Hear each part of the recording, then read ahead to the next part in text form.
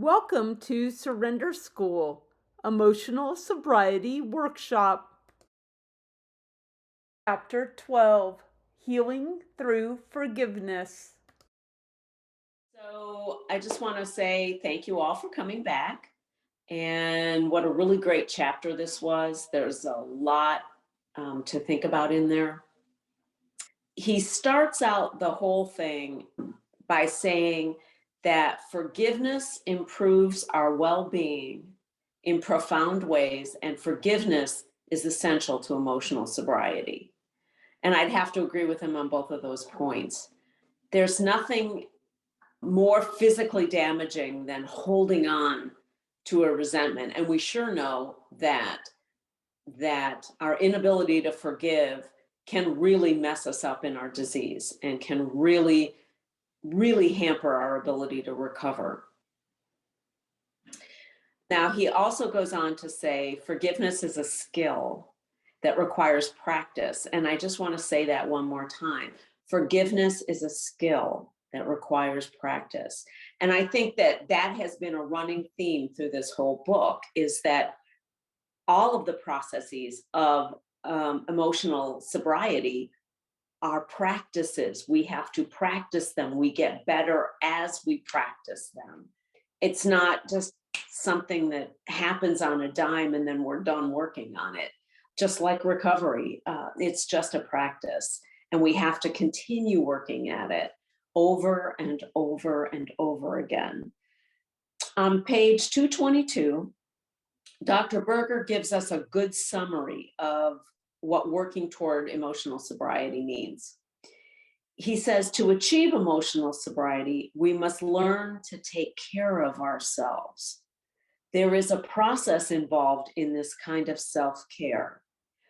Whenever we feel emotionally disturbed, we know that something has knocked us off our emotional balance. Achieving emotional sobriety requires that we figure out what is knocking us off balance and take steps to regain our balance. This is called self-regulation. We have to learn how to restore our emotional equilibrium regardless of what disrupted it. And to me, this is all about step 10. This is what step 10 is all about, regaining our emotional balance.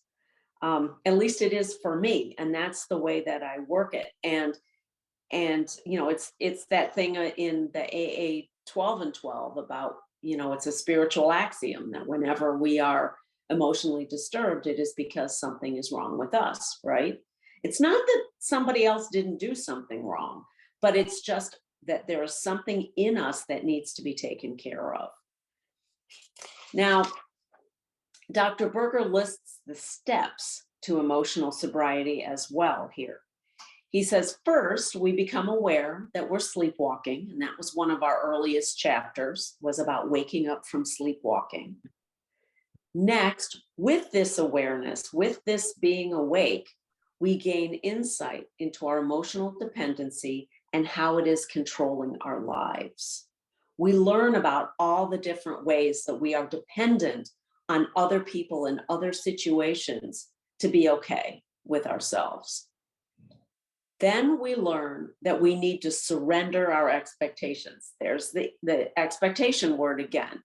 We learn to surrender our expectations. Releasing people and life from our expectations helps us regain our emotional center of gravity. And then we change from I am okay if this XYZ thing happens to a more mature I am okay even if this XYZ thing doesn't happen. That we are okay no matter what is going on out there. We don't have to depend on out there to be okay. That to me is huge. And that has been a huge part of my recovery, is having this internal sense of okayness between me and my higher power. I'm okay. As long as I'm connected to my higher power, I'm going to be okay. On page 223, Dr. Berger tells us that sometimes unhooking our expectations means we have to resolve past pain. Now, this often is related to trauma and unfinished business in our childhood. And I'm going to talk about that more from a personal standpoint in a little while. He says expectations puts us back in the same dependent position we were in when we were traumatized as children. Now, that's a heavy duty statement. When we have expectations of other people, we are put into a dependent position. And then we are victimized by those we are dependent on when they don't come through for us. And we just replay that trauma victim cycle over and over and over again. That was incredibly powerful for me in my own recovery. He says integrating traumatic experiences into our lives instead of repressing them, or as I did, eating to keep them down, right? He says integrating these traumatic experiences into our lives results in post-traumatic growth instead of post-traumatic stress. Okay, we grow from those experiences and we move forward. We don't stay stuck. He says forgiveness is the natural emotional state we are in when we are not holding on to old pain. And I think it's so important to recognize that forgiveness is about us moving forward, not anything to do with the people we're forgiving, but it's about allowing ourselves to move forward, unhooking ourselves from our own trauma and our own pain and our own victimhood. Okay. He says, forgiving those who have hurt or betrayed us on page 224. Forgiving those who have hurt or betrayed us is key to addressing our unfinished business with them. We forgive these people so we may release them from our expectations. We do this for us, not for them. And we do this by working through our feelings. We're not ignoring our feelings anymore, and we're not spiritually bypassing them like a previous chapter talked about. We are allowing ourselves to work through those feelings. And the example in the book that he had was so difficult to read and so difficult to even think about. But it was about the woman who experienced it working through her feelings and not trying to push them down, not trying to spiritually bypass them. On page 226, Dr. Berger says that we get unfrozen when we speak the words that most accurately reflect our experience. When we find the right words, our emotions will flow freely. And he talked about this old adage about name it to tame it. It's the same kind of thing. We have to find the words for our experience so that we can then work through it. It unblocks us and allows us to work through it.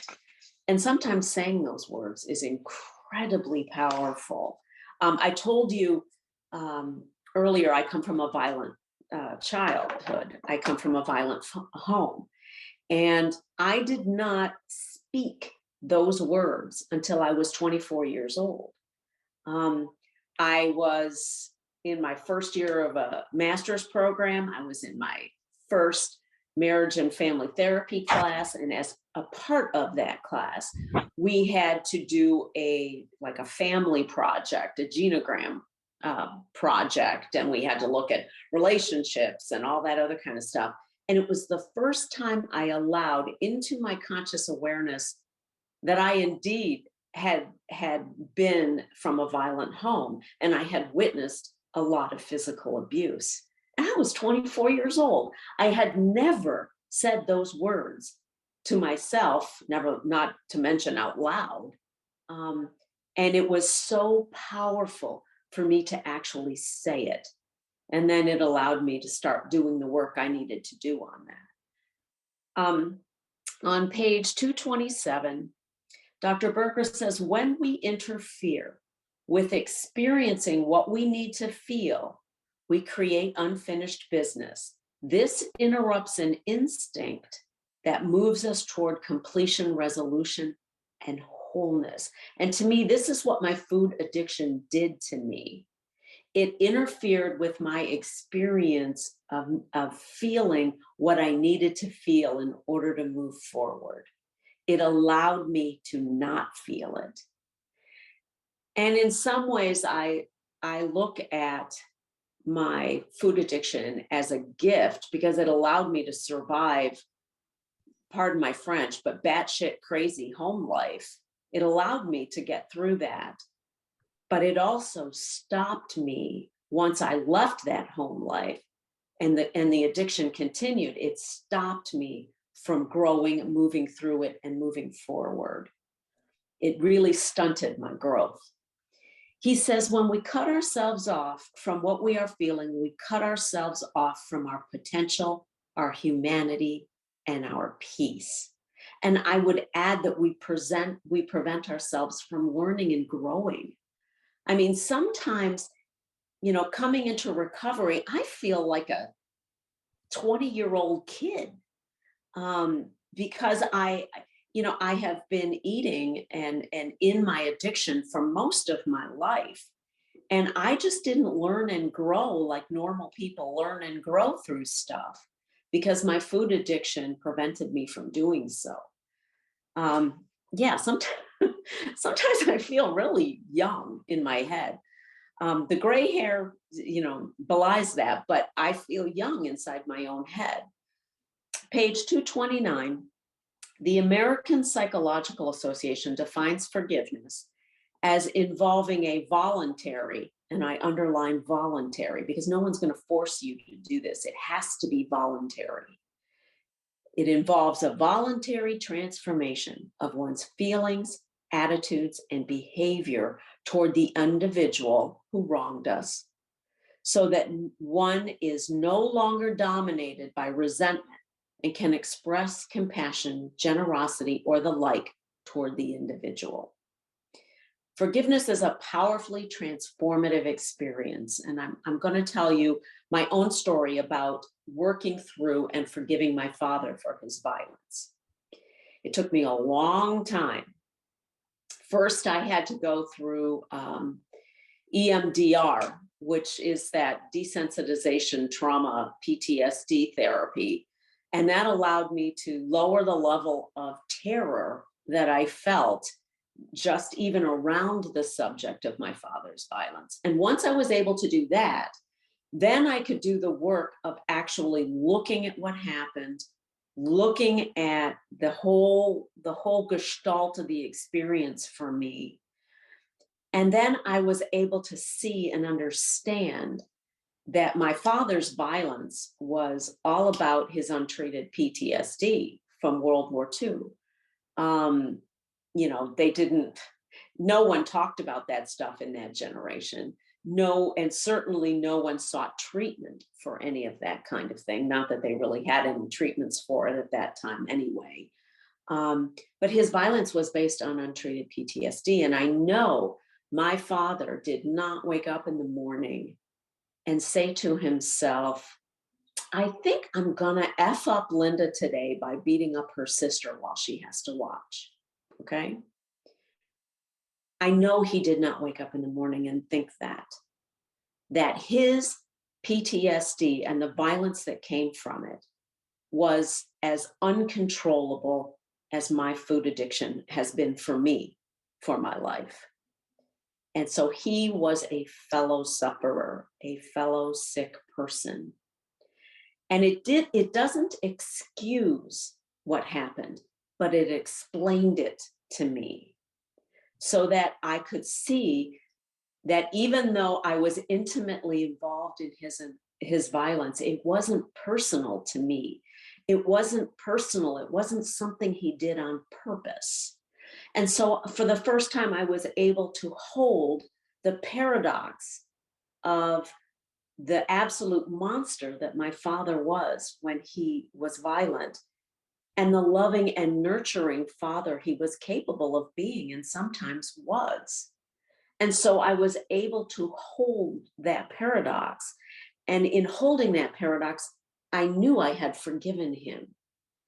I didn't forget, I didn't condone what he did, but I no longer condemned him in my mind. I understood.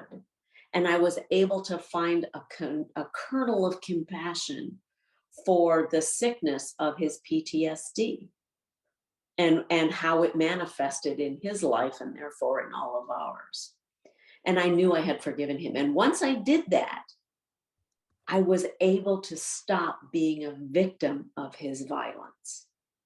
I was able to stop re-victimizing myself in my head over it. And I was able to let it go. Of course, I didn't do any of this until after he had died. I mean, I didn't even do any of the serious work. The man was on my resentment list for 40 years, you know. But when I finally was able to forgive him, then I finally was able to really move forward. He says also, not only is forgiveness a powerfully transformative experience, but by forgiving, we recover our ability to claim the experience we have had rather than letting the experience overwhelm and claim us. It helps us take back our power, recover our emotional balance, and regain our emotional center of gravity. So you see that forgiveness has nothing to do really with the person that we're forgiving. The transformation occurs with us. And sometimes when I've forgiven people who are still alive and still poking me, it doesn't change them, but it changes me. And that is absolutely vital for my recovery. On page 230, Dr. Berger says the heart of forgiveness is surrendering our unenforceable rules of how people should act or how life is supposed to be. Again, it's the E word, it's the expectation word.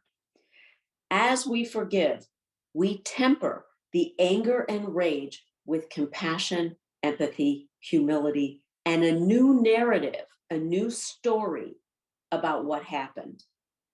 And again, it was finding that kernel of compassion for my father that allowed me to develop a new story, a new narrative about what had happened in my childhood. And it was a much more empowering story than a victim story. Dr. Berger goes into Dr. Fred Luskin's work on forgiveness. He says Dr. Fred Luskin explains how we develop a grievance against someone. He says 4 things need to happen. First, we took an offense too personally. We made it all about us. We made it mean something about us. Second, we blame the offender for how we wound up feeling. Third, we created a grievance story, a whole narrative story that turns us into a victim. And fourth, finally, the event violated one of our unenforceable rules, leaving us with a sense of being betrayed on a fundamental level. Fathers shouldn't be violent to their children. And I felt betrayed on a fundamental level. And it just generated an entire story, an entire narrative that colored the way I lived my life. On page 235, Dr. Luskin also describes a formula for forgiveness. Forgiveness takes place by undoing each of the steps of the grievance process. And I think we're probably going to do Dr. Luskin's book in the book club, Forgiving for Good, I think is the title of it. We will probably eventually do that book in book club because I think it's a very powerful book. So the steps are, first, we learn to balance the impersonal aspect of hurt with the personal, which most of the time means taking something painful less personally. And that's what I did with my father. I was able to see that it really was about his mental illness rather than about me or my brother and sister personally. He says we also take responsibility for how we feel when someone hurts us. Now, I don't think this applies to children, but it applied to me as an adult that I kept re victimizing myself over my experiences as a child by not working through them and not reclaiming back my power as a person and letting go of my victim stance on life. And finally, we change our grievance story to a forgiveness story where we become the hero instead of the victim. And that is what I did. I changed the story that I told myself about my childhood and about myself because I had a lot of crap in my head about not being able to save my sister and brother, not being able to fix my father and save my brother and sister from the violence. I had all kinds of crazy stories in my head about that. Page 238. Dr. Berger says that the building blocks of emotional sobriety make forgiveness possible. Our self awareness helps us become aware of our unenforceable rules. Taking responsibility for ourselves prevents us from playing the blame game. We learn to surrender our expectations so we can deal with whatever challenges life gives us. Page 239, Dr. Berger explains that forgiveness is not found in simple platitudes, but a powerful set of actions that enable us to let go of our grievances, write a new story about ourselves, and claim our emotional independence. Dr. Berger ends the chapter by saying, you can't forgive a harm unless you are prepared to release your grievance and tell yourself a new, more honest story about how you framed the events of your life. Let me say that again since I messed it up. He ends the chapter by saying, you can't forgive a harm unless you are prepared to release your grievance and tell yourself a new, more honest story about how you framed the events of your life. Wow, that is incredibly powerful. See you next week.